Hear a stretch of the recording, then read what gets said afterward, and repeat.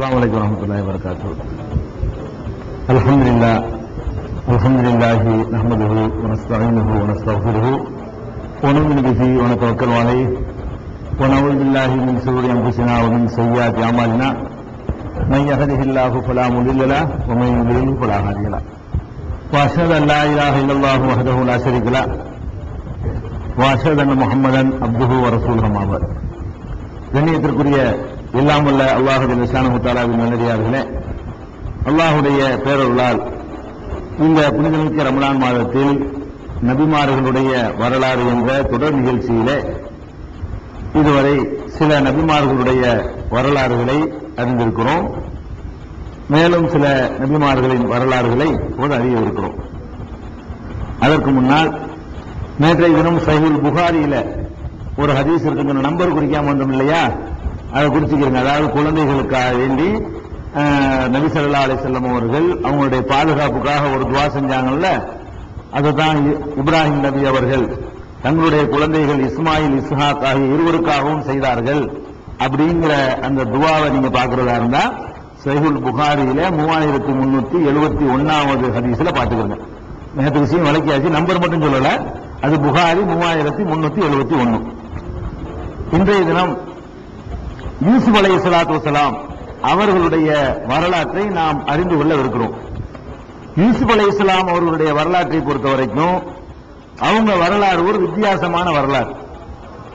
என்ன வித்தியாசமான வரலாறு என்று சொன்னால், திருமறை குர்ஆன்ல எந்த ஒரு நபியுடைய வரலாறை அல்லாஹ் சொன்னாலும் அந்த நபியுடைய தாவா, அதாவது மார்க்க பிரச்சாரம் இருக்கு பாருங்க, அது அவங்களுடைய மார்க்கத்திற்காக செய்யற தியாகம், இந்த விவரங்களை தான் அல்லாஹ் நபிமார்கள் வரலாறுன்னு சொல்லுவான்.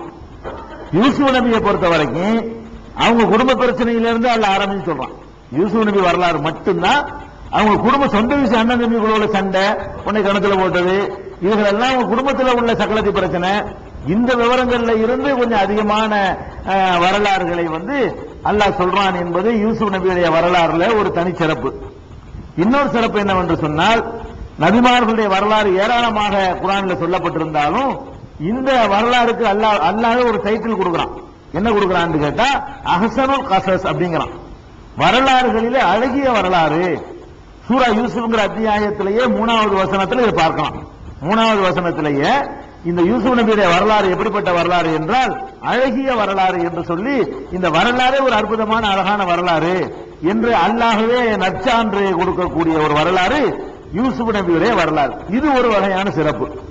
இன்னொரு சிறப்பு என்னவென்று கேட்டால், ஒவ்வொரு நபியுடைய வரலாறை நம்ம எடுத்து தேடுவதாக இருந்தால் ரொம்ப ரிஸ்க் இருக்கணும், ரொம்ப கஷ்டப்படணும். அந்த சூறாவுல 4 வசனம் இருக்கும், இந்த சூறாவுல ஒரு 5 வசனம் இருக்கு, இன்னொரு சூறாவுல ஒரு 8 வசனம் இருக்கு. அப்படியே நம்ம கஷ்டப்பட்டு தொகுத்து தேடி அதை எடுக்கணும். யூசுப் நபியுடைய வரலாறை பொறுத்த வரைக்கும் அவங்க வரலாறு அப்படி ஒரு சூறாவுல மொத்தமா சொல்லி வேற எங்கேயும் சொல்லவும் இல்லை. யூசுப் நபியை பொறுத்த வரைக்கும் வேற எங்கேயும் அவருடைய வரலாறு செதறி கிடக்கிற மாதிரி அல்ல, எங்கேயுமே சொல்லல. ஒரே இடத்துல 12வது சூறா அப்படி புரட்டினீங்கன்னு சொன்னா வரிசையா அவங்க வரலாறுகிட்டே இருக்கும். எந்த ஒரு யாருடைய தயவும் தேவையில்லை, கஷ்டம் கிடையாது. யூசுப் என்ற பெயர்ல ஒரு சூறா அத்தியாயம் இருக்கிறது, 12வது சூறா. அந்த சூறா 1ல இருந்து ஆரம்பிச்சீங்கன்னா ஒரு 102 வரைக்கும், அது வரைக்கும் வரிசையா போய்கிட்டு இருக்கும். முழுக்க முழுக்க என்ன யூசுப் நபியுடைய வரலாறு தான் இருக்கும். 1 to 102 நீங்க படிச்சிட வேண்டியதான். அதுலயே யூசுப் நபியுடைய வரலாறு தெரிஞ்சுக்கலாம், வேற ஒண்ணும் நம்ம கஷ்டப்பட வேண்டிய தேவையில்லை. இருந்தாலும் நீங்களே பார்த்து தெரிஞ்சுக்கிறதுனால ரொம்ப விழாவாரியை விளக்க வேண்டியதில்லை.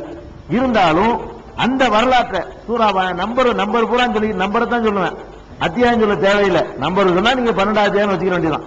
எந்த நம்பர் சொன்னாலும் இன்னைக்கு வாசிக்கிற வசனங்கள் பூரா எதுல உள்ளதுதான், 12வது சூறா மட்டும்தான். அதனால 6வது வசனம்னா 12வது அத்தியாயம் 6வது வசனம் விளங்கிக்க வேண்டியது. அப்ப இதுல என்னென்ன அல்லாஹ் சொல்றான்னு கேட்டா, யூசுப் நபியுடைய வரலாறு எங்க இருந்து ஆரம்பிக்கிறான்னு கேட்டா, அவங்க சின்ன பிள்ளையா இருக்கும் பொழுது ஆரம்பிக்கிறான். ஓடி ஆடி விளையாடக்கூடிய சிறு பையனாக இருக்கக்கூடிய நேரத்தில் அவங்க ஒரு கனவு காண்றாங்க. என்ன கனவு? அவங்க ஒரு சூரியன், சந்திரன், 11 நட்சத்திரங்கள், இவையெல்லாம் அவங்களுக்கு பணிகிற மாதிரி கனவு காண்றாங்க. சஜிதா செய்யற மாதிரி வருது. அந்த சஜிதாவுக்கு சஜிதான்னு அர்த்தம் கொடுக்க இயலாது. ஏன்னா நட்சத்திரத்துக்கு சஜிதா செய்ய இயலுமா? நம்மள மாதிரி முட்டுக்கால்லாம் இருக்குதா, முதுகு இருக்குதா, நெத்தி இருக்குதா? ஒண்ணும் கிடையாது. அப்ப சூரியன், சந்திரன், நட்சத்திரங்கள்லாம் சஜிதா செய்யுதுன்னா பணியுது. அப்ப இந்த சூரியன், சந்திரன், நட்சத்திரம் எல்லாம் என்னமோ இவருக்கு பணிந்து நடக்கிற மாதிரி அந்த சின்ன பையனாக இருந்த யூசுப் நபி அவர்களுக்கு அல்லாஹ் ஒரு கனவுல காட்டினான். இந்த கனவுல காட்டின உடனே அவங்க தகப்பனார்ட்ட வந்து விவரத்தை சொல்றாங்க. தகப்பனார் யாரு? யாக்கூப் நபி. யூசுப் நபி அவங்க ஒரு இறை தூதர், சின்ன பிள்ளையா இருந்தாலும் அவங்க தகப்பனார் வந்து யாக்கூப். தகப்பனார்ட்ட போய் சொன்ன உடனே அவங்க கேட்டு என்ன சொல்றாங்க, யாக்கூப் நபி இந்த கனவை வந்து உன்னுடைய சகோதரர்களுக்கு சொல்லிடாங்க. ஏன் சொல்லக்கூடாதுன்னு கேட்டா அவங்க உனக்கு வந்து எதிராக சூழ்ச்சி பண்ணுவாங்க.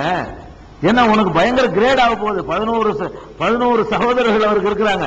இந்த 11 சகோதரர்களும் இவருக்கு கீழே வருவாங்கன்னு அர்த்தம். இந்த கனவு கண்டார அதுக்கு என்ன அர்த்தம் கேட்டா இவர் ஒரு ராஜ்யத்தை ஆழ்வார். அந்த ராஜ்யத்தின் கீழே இந்த 11 சகோதரர்களும் சாதாரண பிரஜையா இருக்க போகிறார்கள். சூரியன் சந்திரன் தாய் தந்தை, தாய் தந்தையரும் கூட இவருக்கு கீழே அவங்க எல்லாம் வருவாங்க. அவர் ராஜா ஆயிட்டாருன்னா அவங்க சாதாரண குடிமகன் ஆயிருவாங்க இல்லையா?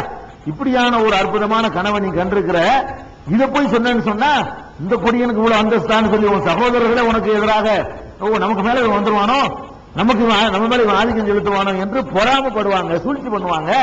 அதனால உன்னுடைய சகோதரர்களுக்கு சொல்லாதே அப்படின்னு சொல்லி அவங்க வந்து சொல்லிட்டு உன்னை நல்லா தேர்ந்தெடுக்க போறான், உனக்கு நல்ல நல்ல விஷயங்கள் எல்லாம் கற்றுத்தர போறான் அப்படின்னு விளக்கம் கொடுத்தாங்க என்று சொல்லி இந்த அத்தியாயத்தினுடைய 4, 5, 6 ஆகிய வசனங்கள்ல கனவு கண்ட விஷயமும், கனவை பற்றி தந்தையிட்ட சொன்ன விஷயமும், தந்தை வந்து சகோதரர்கள்ட்ட சொல்ல வேணாங்கிறதுல இருந்து சின்ன பிள்ளைகள் ஆரம்பிக்குது. வரலாறு சின்ன குழந்தையா சின்ன பையனா இருக்கும் பொழுது ஆரம்பிக்குது. இது போக இந்த சகோதரர்கள் வருதுல, இந்த சகோதரர்கள் வந்தவுடனே நம்ம அந்த சூறாவிலே ஆய்வு பண்ணி பார்த்தீங்கன்னு சொன்னா இந்த சகோதரர்கள் என்பது தாய் வேற தகப்பன் ஒண்ணுங்கிறது விளங்குது. இந்த சகோதரர்கள் இருக்காங்களே, யூசுப் நபி வந்து அவர் வேற தாய்க்கு பிறந்தவர். மற்ற மூத்த சகோதரர்களா இருக்கா பாருங்க, அவங்க எல்லாம் வந்து முந்தின தாரத்து பிள்ளைங்க, முதல் தாரத்து பிள்ளைங்க. அப்ப முதல் தாரத்து பிள்ளைங்களுக்கு 2ஆம் தாரத்து பிள்ளைங்கள் மேல எப்போதுமே என்ன செய்யும், ஒரு இயற்கையாகவே ஒரு வெறுப்பு இருக்கும். அது மாதிரி யூசுப் நபியோட இன்னும் ஒருத்தர் பிறக்கிறாரு இந்த தாரத்துக்கு. அப்ப அவங்க பேசிக்கிறாங்க, என்ன பேசுறாங்கன்னு கேட்டா அதே அத்தியாயத்தில் 8வது வசனத்துல அந்த சகோதரர்கள் பேசிக்கிறாங்க. என்ன பேசுறாங்கன்னா, யூசுப்பும் அவருடைய சகோதரரும் நம்மளை விட நம்ம பாப்பாவுக்கு அத்தாவுக்கு ரொம்ப நெருக்கமா இருக்கிறாங்க, ரொம்ப விருப்பமானவங்களா இருக்கிறாங்க. நம்ம எவ்வளவு பெரிய கூட்டமா இருக்கிறோம், நம்மளை விட்டுட்டு யூசுப் மேலையும் அவருடைய சகோதரர் மேலையும் இவர் வந்து ரொம்ப பிரியம் காட்டுறாரு, நம்ம தாப்பனாரு அப்படின்னு அவர்கள் பேசினார்கள். எல்லாம் 8வது வசனம் சொல்லி காட்டுறான். அவர்களும் சகோதரர்களா இருக்கும் பொழுது ஒருவரை மட்டும் பிரித்து சொல்றாங்க, அவங்க சகோதரர்கள். அப்ப யூசுப்பும் அவர், அதாவது யூசுப்பு அகூஹு, யூசுப்பும் அவருடைய சகோதரரும் நம்மை விட நம்ம தந்தைக்கு ரொம்ப நெருக்கமானவரா இருக்கிறார்கள் சொன்னா இந்த யூசுப் சகோதரரும் வேறதாய் பிள்ளைன்னு வழங்குது. அந்த 11 பேர் வேறதாய் தகப்பனா ஒண்ணு. அப்ப இந்த 2ஆம் தாரத்து பிள்ளைகள் மேல ரொம்ப பிரியமா இருக்காரு தகப்பனாரு என்று சொல்லி அவங்க வந்து பேசிக்கொண்டு இன்னும் என்ன பேசுறாங்க, இன்ன அபானா லபி லராலி முபி, நம்ம தகப்பனார் பகிரங்க வழிகேட்டில் இருக்காரு. இந்த ஆள் என்ன நம்மளும் பிள்ளை அவங்களும் பிள்ளை தானே, இவர் என்ன நம்ம 2 பேரையும் நம்ம அவங்க 2 பேர் மேல அதிக பிரியம் செலுத்துறது, நம்ம மட்டும் 2ஆம் பட்சமா நடத்துறது, அவர் மோசமான வழிகேட்டில் இருக்கிறாரு என்றெல்லாம் பேசிட்டாங்க. பேசிட்டு என்ன பண்றாங்கன்னு கேட்டா அதுக்கப்புறம் ஒரு பிளான் பண்றாங்க. ரொம்ப இந்த ஆள் மேல ரொம்ப பிரியம் வச்சிருக்காரு, என்ன பண்றது அப்படின்னு சொல்லிட்டு யூசுஃபை கொன்றுவோம். அண்ணன் தம்பியா இருந்தாலும் இந்த சக்கரத்தி பிரச்சனை, இந்த மாதிரி 2ஆம் தாரத்து பிரச்சனை வந்தா இப்படி எல்லாம் வந்து திட்டம் போடுவாங்க.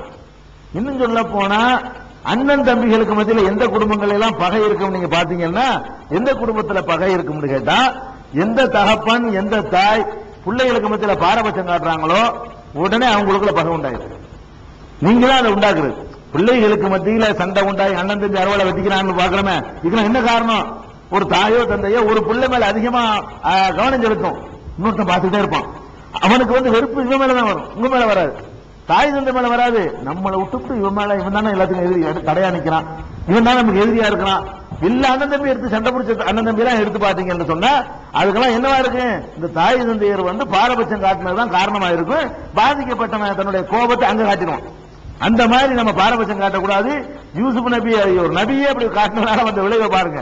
ஒரு யாக்கூப் நபி அவர்கள் இந்த பிள்ளைகள் மேல அதிக பிரியம் செலுத்துறது, அந்த பிள்ளைகள் மேல பாரபட்சமா நடத்துனதுனால அவங்க என்ன திட்டம் போடுறாங்கன்னு கேட்டா, உக்துலு யூசுஃபை கொன்றுங்க பிளான் பண்றாங்க. 11 பேர் சேர்ந்து யூசுஃபை காலி பண்ணிருங்க, அல்லது வந்து கண்காணாத இடத்துல கொண்டு தூக்கி போட்டு வந்துருவாங்கள, ஒண்ணு கொன்றுவோம், இல்லன்னா வந்து ஒரு கண்காணாத இடத்துல போட்டு அனாதை பிள்ளை மாதிரி பிடிச்சிட்டு போயிருவாங்க, இங்கிட்டு வர முடியாது, அந்த மாதிரி கொண்டு விட்டுருவோம் குட்டுட்டு என்ன செய்வோம்னு கேட்டா அதுக்கு பிறகு நல்ல ஆளா திருந்திக்கிறோம் அப்படி பேசுறாங்க.